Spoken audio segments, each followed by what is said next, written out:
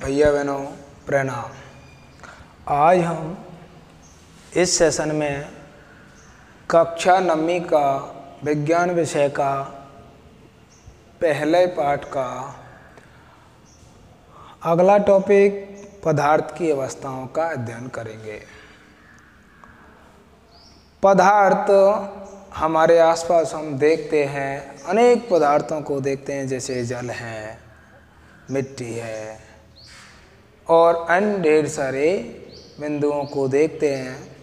सभी पदार्थ होते हैं। सभी पदार्थ अलग अलग प्रकार के होते हैं। तो देखिए, पहला पॉइंट देखते हैं, ठोस।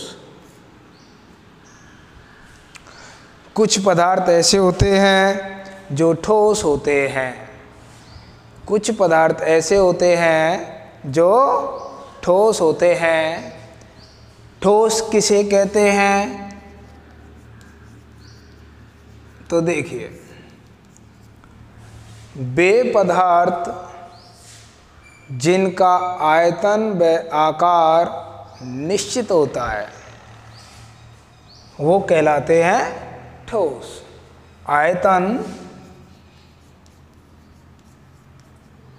आयतन व आकार कैसा होता है? निश्चित होता है, तो कहलाते हैं ठोस। अगला बिंदु है द्रव अवस्था। वे पदार्थ जिनका आयतन निश्चित होता है लेकिन आकार अनिश्चित होता है वो कहलाते हैं द्रव। आकार, आयतन निश्चित और आकार अनिश्चित होता है तो वो कहलाता है क्या?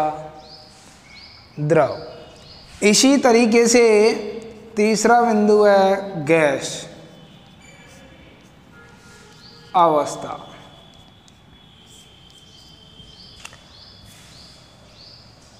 पदार्थ की वह अवस्था जिसके अंतर्गत आयतन और आकार दोनों ही अनिश्चित हों। आयतन व आकार दोनों अनिश्चित होते हैं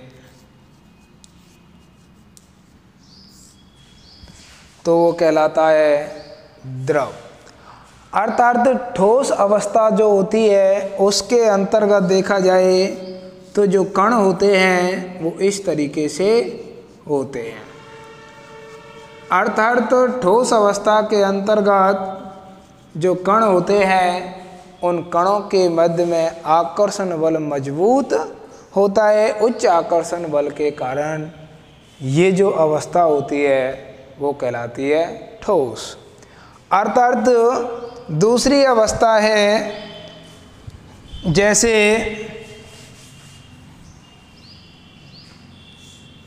द्रव अवस्था है, उसके कण थोड़ा दूर दूर होते हैं। अर्थात इनके मध्य में आकर्षण बल कमजोर होता है, अर्थात आकर्षण बल कम पाया जाता है। तीसरी अवस्था के अंतर्गत देखेंगे जो गैसीय अवस्था है, इसके कण दूर दूर होते हैं। अर्थात इसके अंतर्गत आकर्षण बल जो होता है वो नगण्य होता है।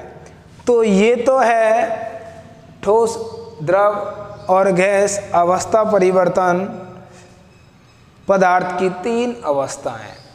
आगे देखिए अवस्था परिवर्तन।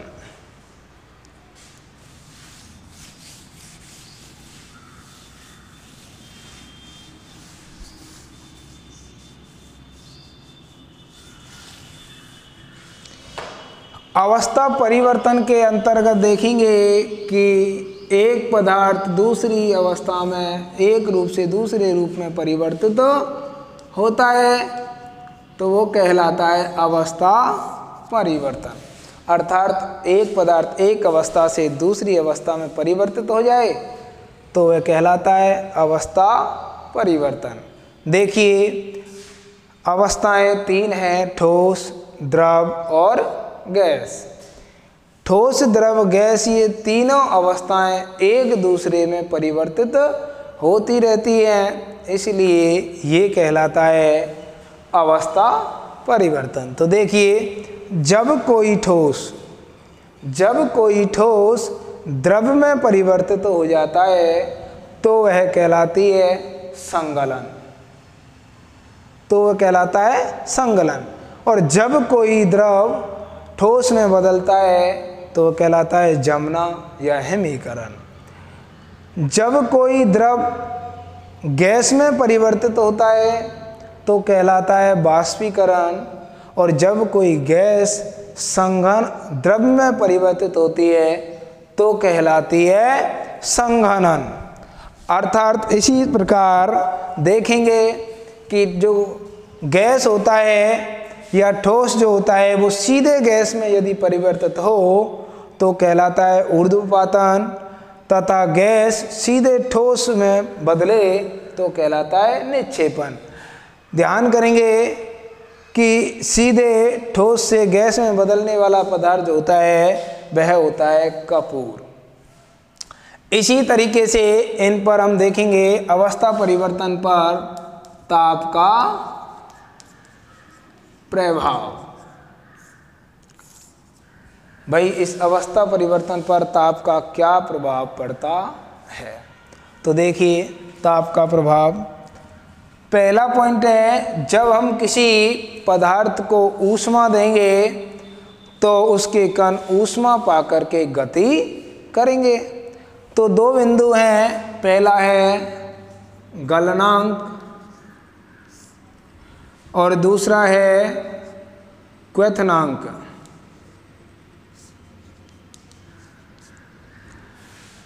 गलनांक किसे कहते हैं? जब कोई ठोस ऊष्मा पाकर के द्रव अवस्था में बदलता है या जिस ताप पर कोई ठोस द्रव अवस्था में बदलता है उसे उस अवस्था का कहते हैं गलनांक। जैसे 0 डिग्री सेंटीग्रेड ताप पर बर्फ क्या करती है? पिघल जाती है, द्रव अवस्था में बदल जाती है। इसी तरीके से यहाँ देखेंगे कि 273 केल्विन ताप पर बदलती है और सेंटीग्रेड ताप जो होता है वह 0 होता है। क्वथनांक, कोई भी द्रव जिस ताप पर उबलने लग जाए वह उसका कहलाता है क्वथनांक। तो कितने ताप पर उबलने लगता है? 100 सेंटीग्रेड ताप पर उबलना। अब कौन उबलता है? तो जल। ध्यान करेंगे इसी तरीके से किसी ठोस को द्रव में बदलने के लिए जितनी ऊष्मा की आवश्यकता होती है वह कहलाती है संगलन की गुप्त ऊष्मा।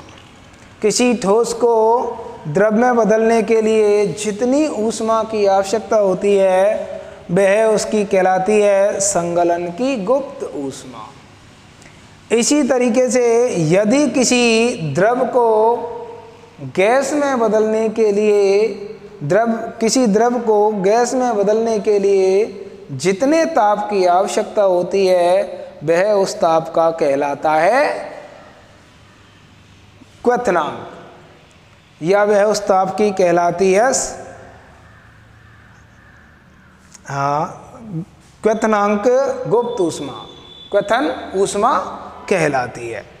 इसी तरीके से अगला बिंदु है इसका कि भाई कोई हमको पूछ ले कि डिग्री सेंटीग्रेड को केल्विन में बदलना है और केल्विन को डिग्री सेंटीग्रेड में बदलना है। तो यही एक उदाहरण है। देखिए कि 0 सेंटीग्रेड जो होता है बर्फ़ का, उसका केल्विन होता है 273 केल्विन 0 सेंटीग्रेड का।